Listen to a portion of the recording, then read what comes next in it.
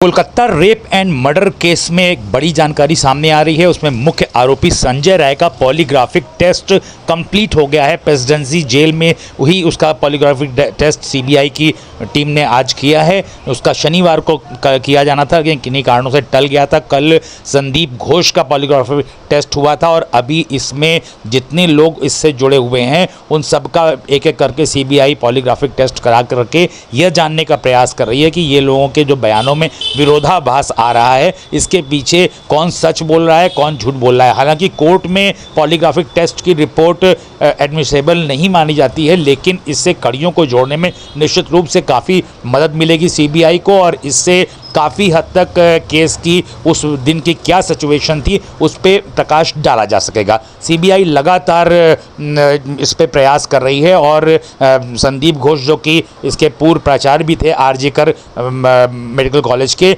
उनकी वित्तीय अनियमितताओं की भी जांच कर रही है और काफ़ी बड़ी गड़बड़ियां सामने आई हैं कि आखिरकार वो किस प्रकार से यहाँ पे वित्तीय अनियमितता किस स्तर पे करते थे और इससे वो किसको लाभ पहुँचाते थे और उस पैसे का क्या करते थे।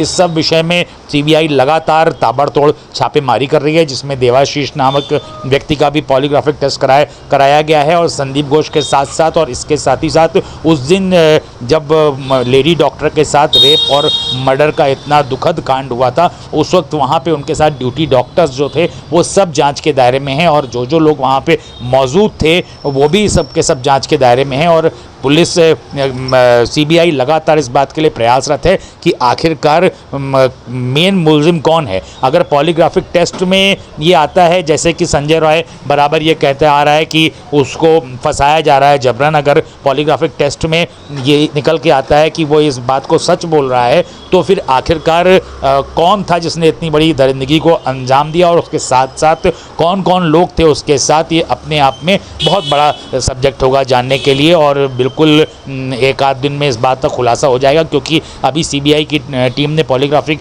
टेस्ट कंप्लीट करने के बाद इस विषय में कोई भी टिप्पणी नहीं करी है, लेकिन पॉलीग्राफिक टेस्ट मुख्य आरोपी संजय राय का कंप्लीट हो चुका है। उसके बाद टीम ने प्रेसिडेंसी जेल में ही जाकर के उसका जहां वो बंद है संजय राय, वहीं पे जाके पॉलीग्राफिक टेस्ट किया, जबकि संदीप घोष और देवाशीष वगैरह का और लोगों का पॉलीग्राफिक टेस्ट सीजीओ कॉम्प्लेक्स में किया गया था। अब आपको विस्तार से बताते हैं कि पॉलीग्राफिक टेस्ट होता क्या है। ये झूठ को पकड़ने वाली मशीन होती है। एक्चुअली इसमें बॉडी में किसी प्रकार का कोई भी चीज़ इंजेक्ट नहीं करी जाती है। आपके रक्तचाप और पसीना जैसे आ रहा है, आपने फ्रिक्वेंटली सवाल पूछे जाते हैं डिफरेंट तरीके के, और उसमें आपका जो रिप्लाई होता है उससे आपका बॉडी रिएक्शन क्या होता है, उससे ये एसेस करने का प्रयास करते हैं कि आप सच बोल रहे हैं या झूठ बोल रहे हैं। और अभी तक ये पॉलीग्राफिक टेस्ट काफ़ी सक्सेसफुल रहा है और इसकी रिपोर्ट्स काफ़ी सक्सेस मानी गई हैं, क्योंकि इससे जांच एजेंसियों को काफ़ी मदद मिली है और मेन एक्यूज तक पहुंचने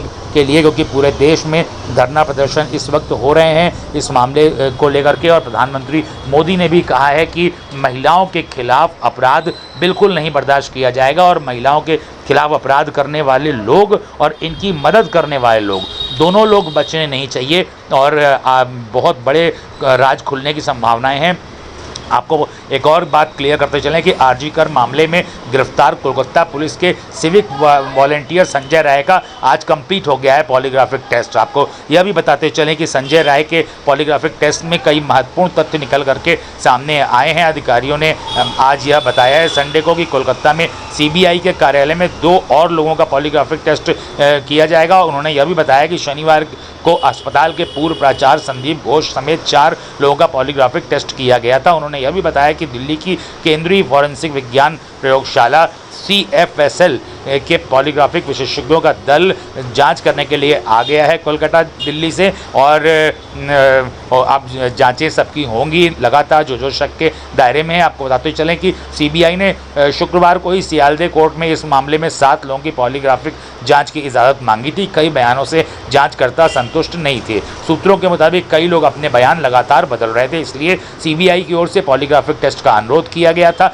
इसके बाद मामले में अदालत ने पॉलीग्राफिक टेस्ट की अनुमति दे दी थी। इसके बाद सीबीआई ने कार्रवाई की। सूत्रों के मुताबिक आज संडे को संजय का पॉलीग्राफिक टेस्ट कंप्लीट कराया गया और सीबीआई की एक टीम प्रेसिडेंसी जेल में गई और उनके साथ सेना के जवान भी थे। पता चला है कि सीबीआई ने पॉलीग्राफिक टेस्ट के लिए सवालों की लंबी लिस्ट को भी तैयार किया था। पॉलीग्राफिक टेस्ट के दौरान व्यक्ति की ओर से प्रश्नों के उत्तर दिए जाते समय एक मशीन की मदद से उसकी शारीरिक प्रतिक्रियाओं को मापा जाता है और पता लगाया जाता है कि वो सच बोल रहा है या झूठ बोल रहा है। सीबीआई ने थर्सडे को गुरुवार को ही सुप्रीम कोर्ट से कहा था कि स्थानीय पुलिस ने लेडी डॉक्टर से बलात्कार और उसकी हत्या के मामले को दबाने का प्रयास किया था और जब तक संघीय एजेंसी ने जांच अपने हाथ में ली तब तक अपराध स्थल से छेड़छाड़ की जा चुकी थी। कोलकाता के सरकारी आरजी कर मेडिकल कॉलेज एवं अस्पताल में 9 अगस्त को डॉक्टर का शव मिला था जिस पर गंभीर चोटों के निशान थे। इस घटना के संबंध में कोलकाता पुलिस ने राय को अगले दिन गिरफ्तार किया था। सीबीआई ने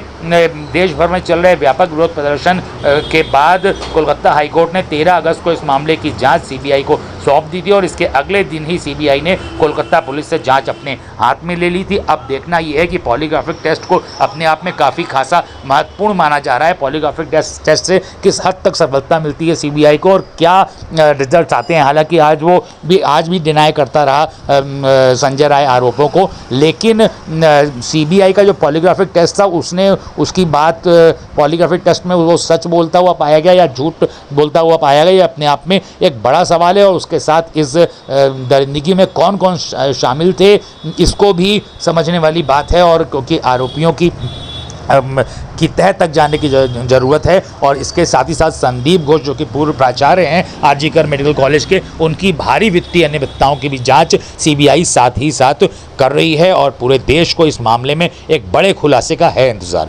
बहुत बड़ी खबर कोलकाता के प्रेसिडेंसी जेल से। सामर्थ्य बढ़ाने के साथ साथ उनकी सुरक्षा भी देश की प्राथमिकता है। मैंने लाल किले से भी बार बार इस विषय को उठाया है। आज देश का कोई भी राज्य हो अपनी बहनों बेटियों की पीड़ा को, उनके गुस्से को मैं समझ रहा हूं। मैं एक बार फिर देश के हर राजनीतिक दल से कहूंगा, हर राज्य सरकार से कहूंगा कि महिलाओं के खिलाफ अपराध अक्षम्य पाप है। दोषी कोई भी हो वो बचना नहीं चाहिए। उसको किसी भी रूप में मदद करने वाले बचने नहीं चाहिए। अस्पताल हो, स्कूल हो, दफ्तर हो या फिर पुलिस व्यवस्था, जिस भी स्तर पर लापरवाही होती है सबका हिसाब होना चाहिए।